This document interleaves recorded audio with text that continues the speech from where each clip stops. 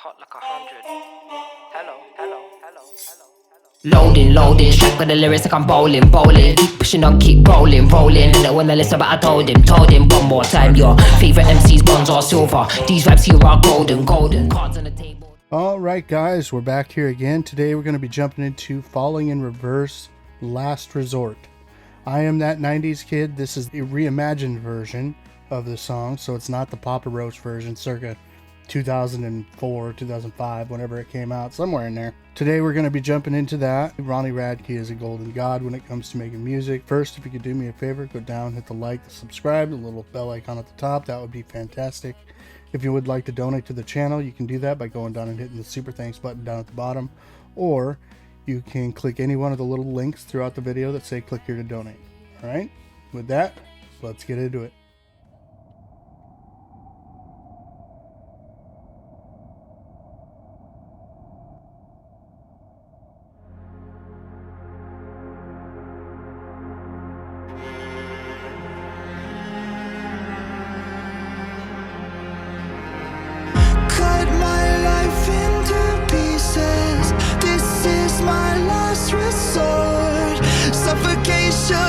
No breathing, don't give a fuck if I cut my arm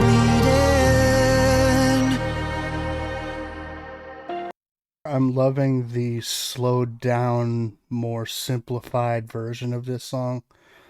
Way more than the original, like, in your face, Papa Roach, almost screaming version of it. Because the lyrics in the song are what really make the song. And I can remember sitting there listening to the original and thinking, this is so impactful, almost too impactful to let go by in such a fast-paced, punch in the face song. Which, don't get me wrong, it was a great song for its time.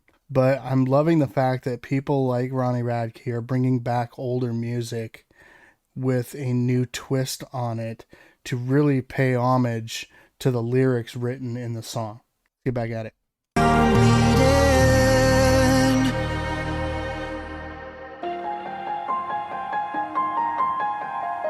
This is my last resort.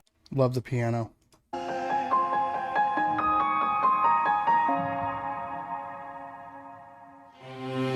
Cut my life into pieces. Erase my last resort. Suffocation, no breathing. Don't give a fuck if I cut my arm bleeding. Do you even care if I die bleeding? Would it be wrong or it be right if I took my life tonight? Chances are that I might. Mutilation out of sight, and I'm contemplating suicide. I'm contemplating suicide. Another thing is when this song first came out, even though it was a real fast-paced, punch-in-your-face kind of song, it still came out at a time where I was getting bullied in school because I was fat. I mean, I'm still fat, but let's be honest, I was fat. Like, triple fat. Like, if you were to get a burger, I want that greasy with grease and grease on the side.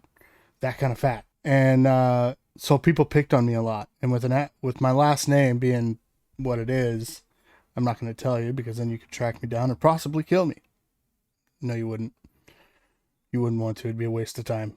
I ain't got anything that you don't have already. It came at a time where I was really depressed. And so listening to the song just dumbed down to its lowest level, played so beautifully through the piano, the strings. It's just ironic, I guess, that it came at about the same time where I was reaching a new low when it came to my depression and anxiety, that I can relate a lot to what's being said in this song. Because a lot of times, if you've got depression, and I'm not saying I'm suicidal, I'm not at all. One, I would never leave my kids. Two, I think I'm probably just too lazy to even try. I have to learn how to tie a noose and whatever. But it comes at a time where I think it's kind of needed in my life because it kind of gives me an outlet to which I can really let myself go into. You know what I mean? A part of my brain that opens up when this song's playing that I've kept the doors shut on for a long time. and it really lets me delve into myself. And it's not in a good way, but it's also not in a bad way. You know what I mean? Like, it's just one of those reactions that you have when certain songs or certain lyrics are said that allow you to kind of unlock a door into a part of yourself that you never knew existed, or knew existed, just had never really wanted to interact with. And for me, that was my bullying. I took my sense of humor, pushed it to the next level to kind of mask the pain that I was going through when people would make fun of me. Kind of like the whole Robin Williams thing. Like, Robin Williams, the funniest man in the entire world, can commit suicide. I mean, you know that this shit is real. That man was the voice of my entire childhood. Anyway, let's get back at it. If you guys kind of feel the same, go ahead and put comments down below about how this song you relate to. Contemplating suicide, 'cause I'm losing my sight, losing my mind. Wish somebody would tell me I'm fine. Losing my sight, losing my mind. Wish somebody would tell me I'm fine.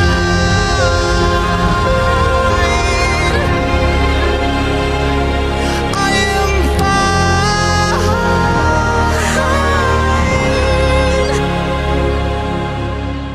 I never realized I was spread too thin, till it was too late and I was empty within. Beating This is absolutely beautiful, guys. I think this version is way better than the original. on chaos and living in sin. Downward spiral, where do I begin? It all started when I lost my mother. No love for myself and no love for another.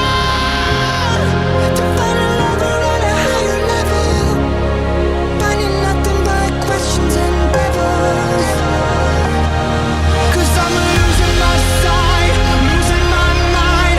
Wish somebody would tell me I'm fine. The symbolism there of the world crashing down around him is beyond relatable for a lot of people. A lot of people, myself included. My life flipped completely upside down when I had some seizures at work.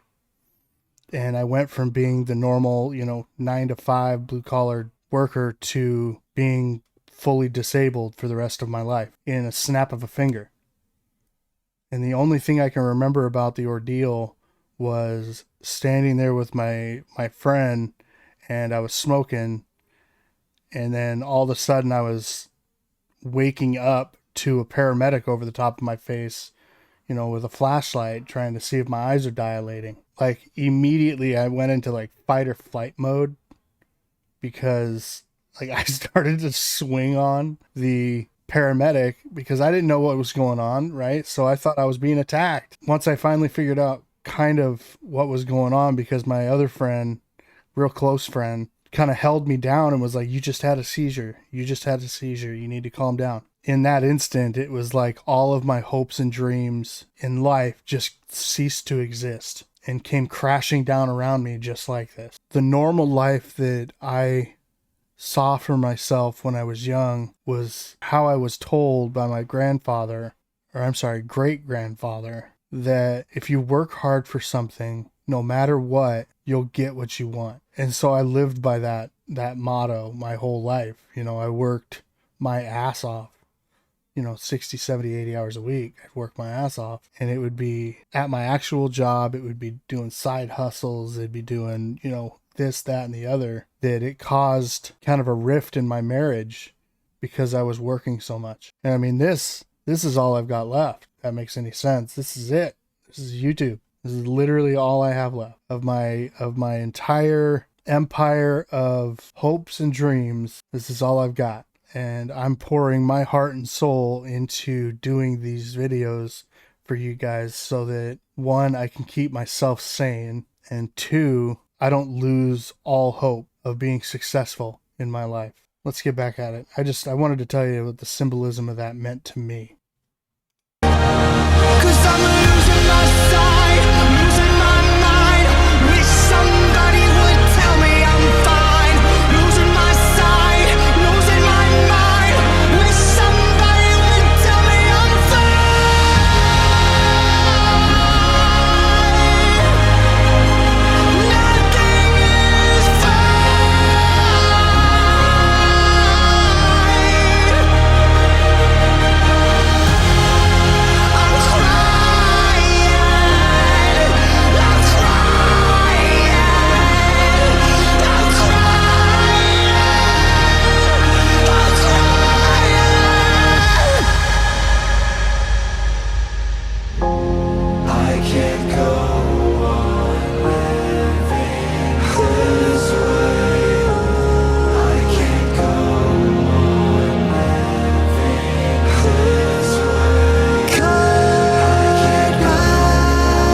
This is just absolutely gorgeous, guys.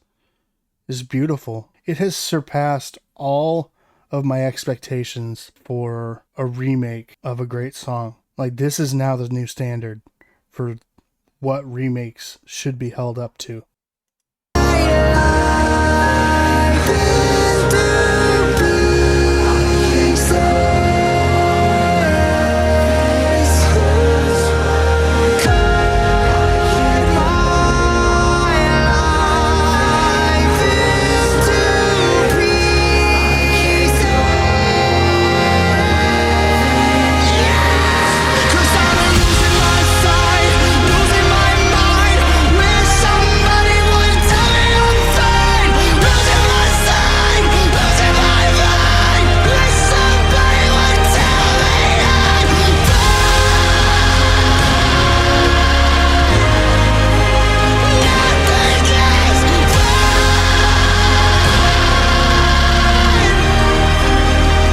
That's legit how your brain feels too. Like, just screaming at the top of your lungs that nothing is fine. And you'll hear guys say it a lot. Some girls say it, but like when they ask how your day going, it's fine.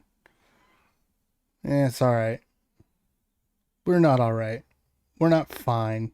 It's just a coping mechanism for men to just say something to let people know that, you know, they're breathing still. But beyond that, who knows? You know, you never know anybody's story unless they tell you. I mean, the only thing I can say is that I wish more people talked to more people, because I feel like a lot of problems would get solved if we just understood each other.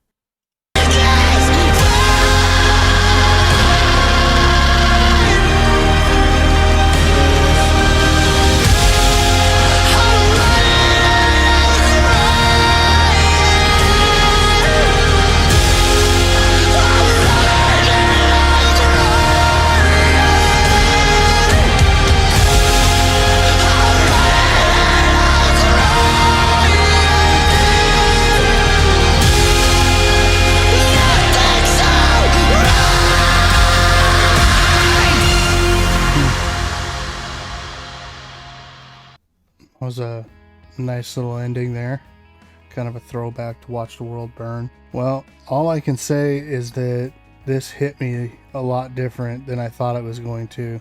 I mean, especially coming from a group like Falling in Reverse and Ronnie Radke, you never really know what to expect. So yeah, depression is a bitch. Anxiety is a bitch. Anyway, alright, with that, I'm going to let you guys go. But first, if you could do me a favor, go down, hit the like, the subscribe, the little bell icon at the top. If you want to donate to the channel, you can do that by going down and hitting the super thanks button down there at the bottom. Or you can click any one of the little links throughout the video that say click here to donate. I'm also going to be putting out 2 more links that'll have the link to Falling in Reverse's channel and another Falling in Reverse video, Watch the World Burn, that I did a while back. Just so in case you guys are interested, you can, you know, watch another one of my reactions to Falling in Reverse. I really want to thank you guys for coming out. I really enjoy conversating with you guys.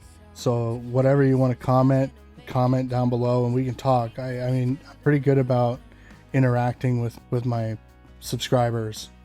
So if you want to just tell me about how this song affected you, or how depression affected you, when did depression start, if or if not you were bullied, you know, just open a line of conversation and I'll talk with you guys. We'll see you later. I love you. Bye. Loading, strapped with the lyrics like I'm bowling. Keep pushing on, keep rolling. And when I listen, but I told him one more time. Your favorite MCs, bronze or silver. These raps here are golden. Cards on the table, there's no folded. Spit bars at the club, zoning. TikTok come to London, get ripped off. Man get pissed off when I start lift off. Sweet like flavors, cookie and biscuit. Round here, yeah, the bars I get ripped off. Picked up my